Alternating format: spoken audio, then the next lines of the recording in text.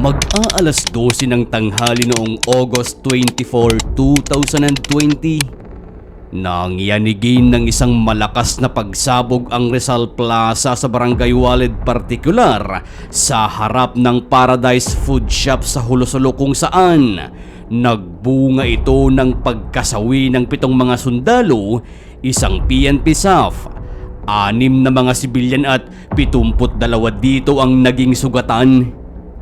Hindi nagtagal sa hindi kalayuan ay nabulabog muli ang mga tao dahil sa isa pang malakas na pagsabog. Subalit hindi gaya ng nauna ay wala nang masyadong naging pinsala at nadamay dahil sa pagsabog at ito ay dahil sa dinapaan pala ng isang magiting na sundalo ang isang taong may dala ng bomba. Sino siya? Mga kaibigan, siya si Private John Agustin ng 35th Infantry Battalion. 28 years old lang noong mga panahong nangyari ang insidente, subalit sa kabila ng murang edad nito ay talagang pinanindigan na niya ang kanyang sinumpang tungkulin na handa siyang mamatay alang-alang sa buhay ng marami at sa bayan. Subalit ang tanong, ano kaya ang nangyari, bakit nagkaroon ng pambobomba at anong ginagawa ng mga sundalo sa lugar na yon noong mga panahong yun? Sino ang may utak nito at ano ang nagtulak kay Private John Agustin para gawin ng isang bagay na alam naman niyang ang kapalit ay sarili niyang buhay?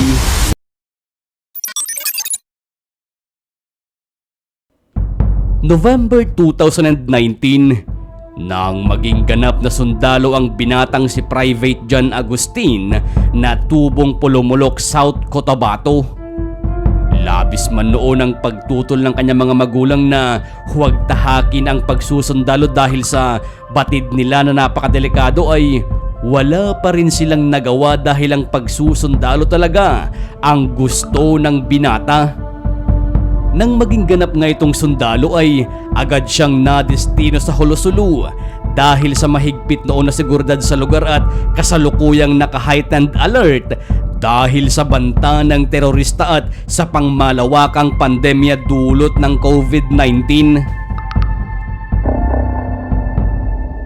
Makalipas ang 9 na buwan mula nang madestino si Private John Agustin sa Hulo, August 24 ng taong 2020, habang abala ang mga tao sa Rizal Plaza, lugar kung saan naroon ang pamilihan ng mga pang-araw-araw na pangangailangan, at kahit tanghali na ay marami pang sibilyan ang namamalengke. Nung araw ding yun ay naandun din ang tropa ng mga sundalo na kinabibilangan ni Private John Agustin para mamili din ng kanilang mga kailangan.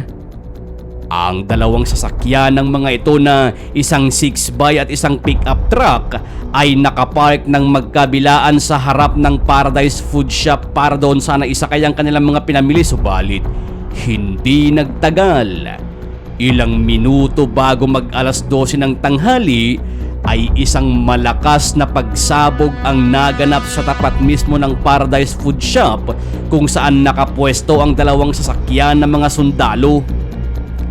Sinasabi na ang ilan sa mga sundalo ay nasa loob ng naturang 6x, samantalang ang iba naman ay nasa paligid at kasalukuyang nagpapatrolya. Dahil sa malakas na pagsabog na ikinagulat ng lahat ay nagkagulo ang mga tao at nagkaroon ng tensyon sa lugar.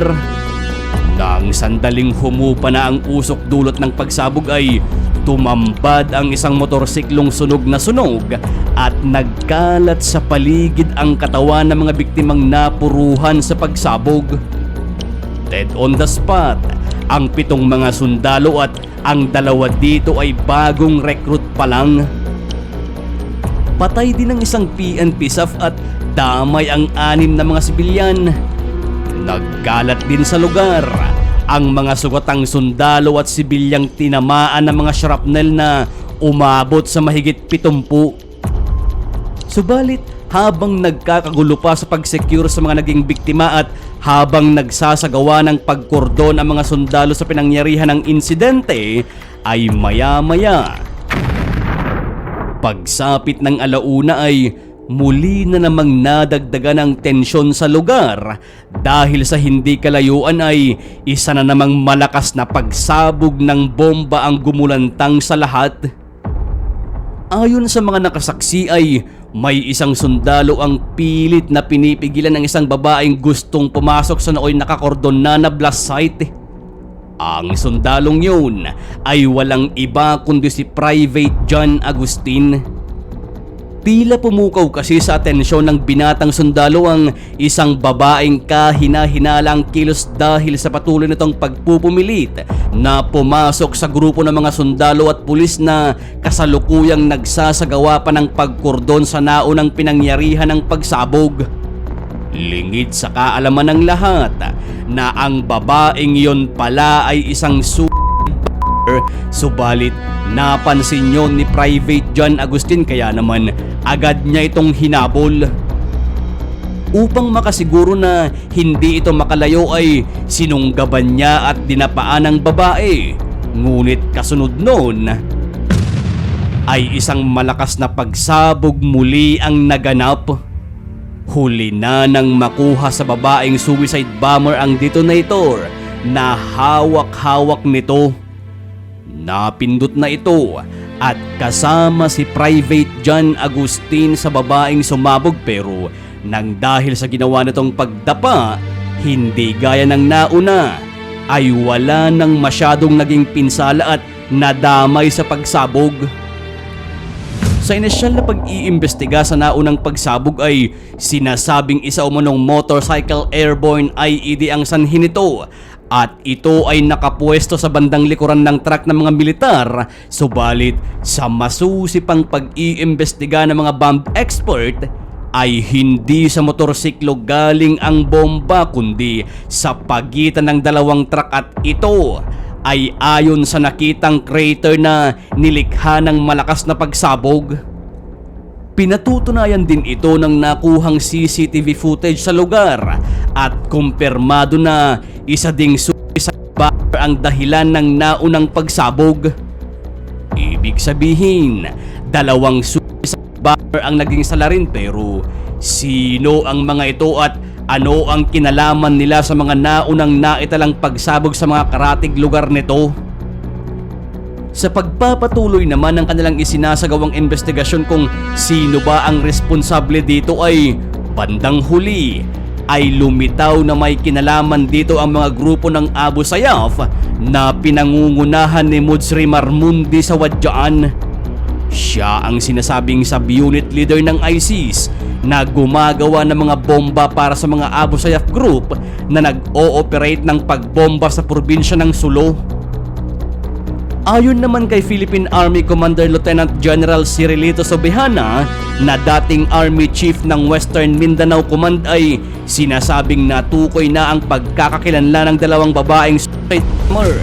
At ito ay sina alias Nana na taga Basilan at asawa ng unang Pilipinong suicide bomber din na si Norman Lasuca na sala rin sa nangyaring pagpapasabog sa Army Camp 1st Brigade Combat Team na isang military camp sa bayan ng Indanan, Sulu noong June 2019. Ang isa naman ay si alias Indanay na taga Sulu pero nanirahan sa Tawi-Tawi. Siya naman ang biyuda ni Abdo Talha na siyang responsable naman sa pagpapasabog sa Patikul, ngunit napatay ng makasagupa niya ang 1st Scout Ranger Battalion noong November 2019. Samantala ay kinilala naman at pinarangalan ang mga sundalong sugatan sa pangyayari. Noong araw na maganap ang kambal na pambobomba na ikinasawi ni Private John Agustin ay muling naukit sa kasaysayan ng sandatahang lakas ng Pilipinas ang kanyang katangi-tanging tapang at pagmamahal sa lupang sinilangan. Nang araw na matanggap naman ng mga magulang ni Private John Agustin ang malungkot na balita ay hindi na itago ng mga ito ang labis na galit at hinagpis sa maagang pagkawala ng kanilang bunsong anak. Nababatid naman nila ang papuri at parangal sa kanilang anak subalit bilang mga magulang ay walang ibang nanaisin kundi ang sanay buhay na kapiling ang anak. Ganun pa man, isang pinakamatikas na pagsaludo para sa iyong kabayanihan Private John Agustin, salamat sa serbisyo at sa iyong buhay na inalay sa bayan.